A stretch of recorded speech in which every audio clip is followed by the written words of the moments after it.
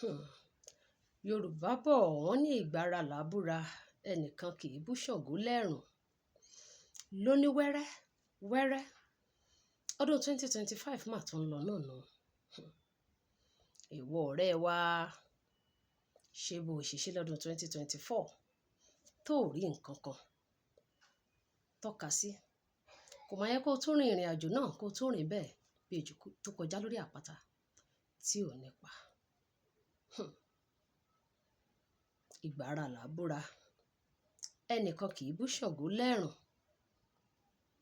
Ìwọ ò ṣe jókòó gbogbo àkókò tó o ní láti fi pàtẹ àbòsí, gbogbo àkókò tó o ní láti fi jòkó àbòsí. Ìwọ ló rẹ́ni tó ṣe dáadáa, ìwọ ló rẹ́ni tó ṣe tó kù díẹ̀ káàtó. O ò ṣe fi gbogbo àkókò yìí kó fi gbọ́ tiẹ̀. Wọ́n ní Fálànà gbọ́ tiẹ̀, tara ẹni là á gbọ́. Ìgbára làbúra ẹnìkan kì í bú Ṣàngó lẹ́rùn. Ọdún yìí tún ń lọ náà nù. Ṣé bó ṣe rìnrìn àjò ọdún 2024 ló ṣe tún fẹ́ rìn lọ́dún 2025?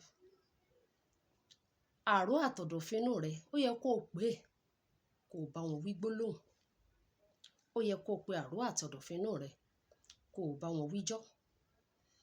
Àti àbòsí tó o pa lọ́dún tó kọjá tó ò rí ohun kankan mú wálé. Ṣóò náà ló tún fẹ́ ra wọlé lọ́dún 2025. Wọ́n ní àbòsí pa wọ́n pọ̀ wọ́n dọ̀rẹ́.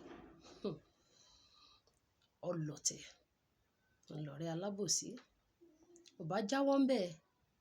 Ìgbára làbúra ẹnìkan kì í bú Ṣàngó lẹ́rùn.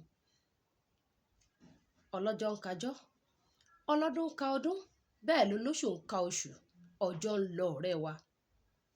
Wá nǹkan ṣe, ọjọ́ ń lọ.